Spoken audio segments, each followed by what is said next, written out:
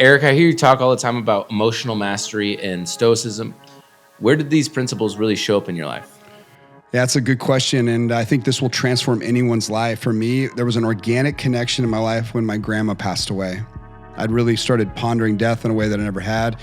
It was really unhealthy at first, and I found some natural ways to sort of leverage it, actually.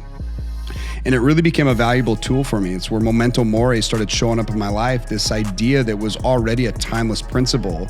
I naturally found an organic lane for it to operate in my life, to sort of help me win moments.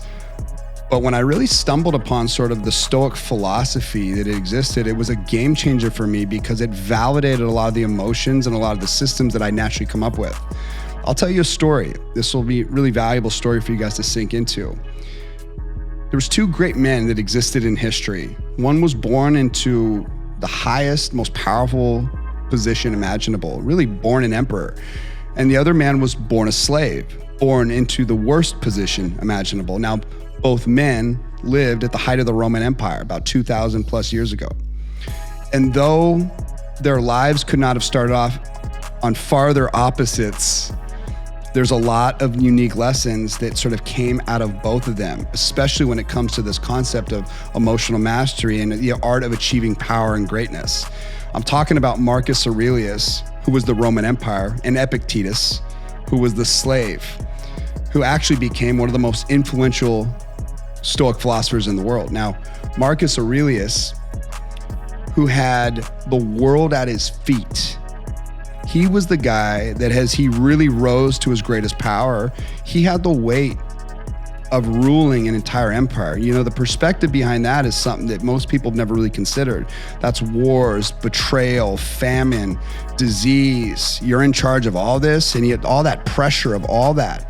He lived through all of it.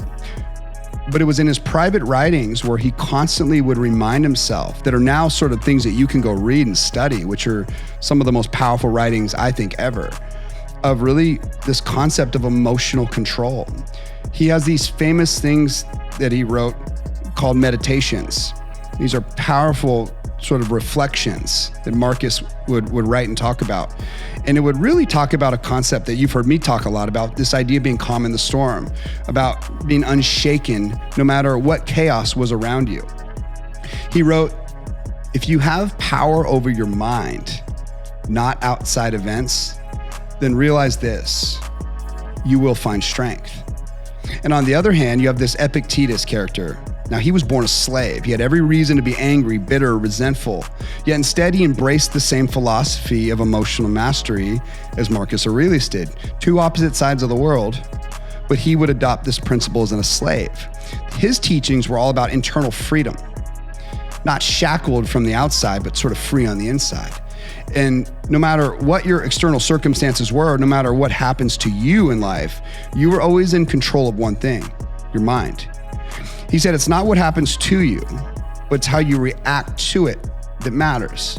Now consider these two men, they lived opposite ends of the spectrum, one born into crazy wealth and the other one into oppression and servitude, yet both came to the same conclusion, that if you can control your mind, you can control your emotions, then you can control your life. You can control your happiness. You can control what I love to call your $1 million mindset. So guarded and beautiful and perfect no matter where you're at. Now, these aren't just words. These are the keys to greatness. If a man is born into slavery, can rise above his circumstances to become one of the greatest philosophers to ever live in the history of the world, what excuses do you have? He rose all the way to emperor-like status. He was actually the greatest philosopher that would serve the emperor. He was freed from prison because of his mindset, and he created his reality because of how his mind affected everyone around him. And his mind became contagious to those that would listen and hear. He would transform lives through impact. And with the weight of the world on his shoulders, how hard would it be to keep your emotions in check? Well, now we have a philosophy that can help you do that. And we, all of us, we can do the same thing. Now, memento mori, something you hear me talk a lot about, this idea that remember, you are mortal. Death is in everything. Death is in all our decisions. Both Marcus Aurelius and Epictetus taught that death is inevitable. Okay, so in knowing this, it should fuel your actions. Death isn't meant to be feared. It's meant to remind you that time is short. So why waste it on petty emotions? In business and life, in every storm we face, emotional control, you guys, it's everything. When you have it,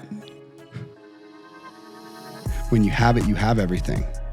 The world could be crumbling around you, but if you remain steady, calm, and focused on what matters most,